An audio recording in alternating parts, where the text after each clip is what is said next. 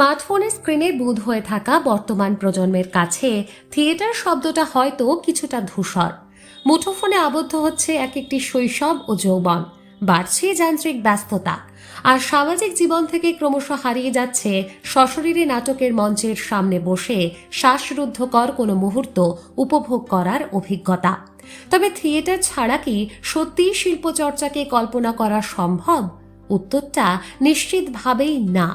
আর সেই থিয়েটার ও নাটককে বাঁচিয়ে রাখতে অরণ্য শহরের যে কটি দল অগ্রণী ভূমিকা পালন করছে তাদের মধ্যে অন্যতম হল ঝাড়গ্রাম কথাকৃতি।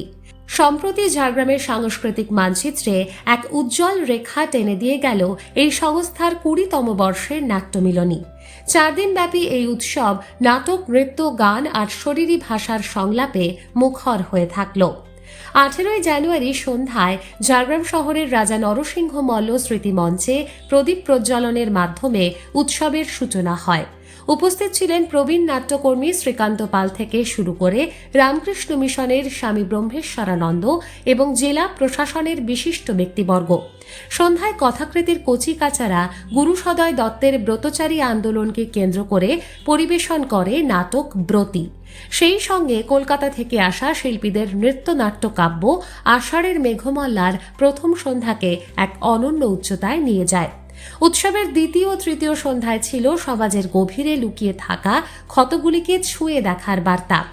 দমদম শব্দমুগ্ধর ঋতুপর্ণ ঘোষ নাটকে উঠে এলো এক রূপান্তরকামী মানুষের অব্যক্ত যন্ত্রণা আর সমাজের অবহেলার গল্প।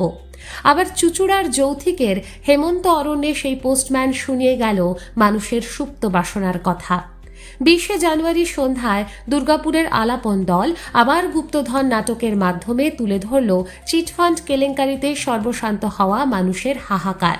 অন্যদিকে কলকাতার সম্পর্কের কাগজের গোলাপ নাটকে স্কুল কলেজের পড়ুয়ারা চোখে আঙুল দিয়ে দেখিয়ে দিল বিশ্বব্যাপী সন্ত্রাসের আবহে শিশুদের বিপন্ন মানসিক অবস্থান।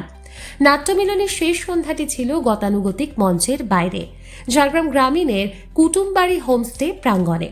প্রকৃতির অবারিত কোলে শিল্পের এই মেলবন্ধন ছিল চোখে পড়ার মতো। সেখানে যেমন ছিল গল্পের আসর আর নাটকের গান, তেমনই ছিল কথাকৃতির নিজস্ব প্রযোজনা জিন্দা। তবে অনুষ্ঠানের বিশেষ আকর্ষণ ছিল ময়ূখ মজুমদারের একক অভিনয় জেনারেশন অফ ভায়োলেন্স। পুরুলিয়ার ছৌ, কেরলের কলারি পায়াট্টু এবং জাপানের বুতো নৃত্যের এক অদ্ভুত মিশ্রণে তিনি ফুটিয়ে তুললেন আন্তর্জাতিক সন্ত্রাসবাদের বিরুদ্ধে এক শরীরী প্রতিবাদ। অনুষ্ঠান চলাকালীন ক্যানভাসে ফুটে উঠছিল বিশ্বব্যাপী সন্ত্রাসের আগ্রাসী রূপ, যা তুলির টানে ফুটিয়ে তুলেছিলেন প্রবীণ ও নবীন শিল্পীরা। ঝাড়গ্রাম কথাকৃতির এই 4 দিনের আয়োজন ছিল যান্ত্রিক সময়ের বিরুদ্ধে শিল্পের এক দৃঢ় প্রতিরোধ। অরণ্য শহরের সাংস্কৃতিক চেতনায় এই নাট্যমিলনী যে গভীর অনুরণন রেখে গেল তা স্মরণীয় হয়ে থাকবে দীর্ঘকাল।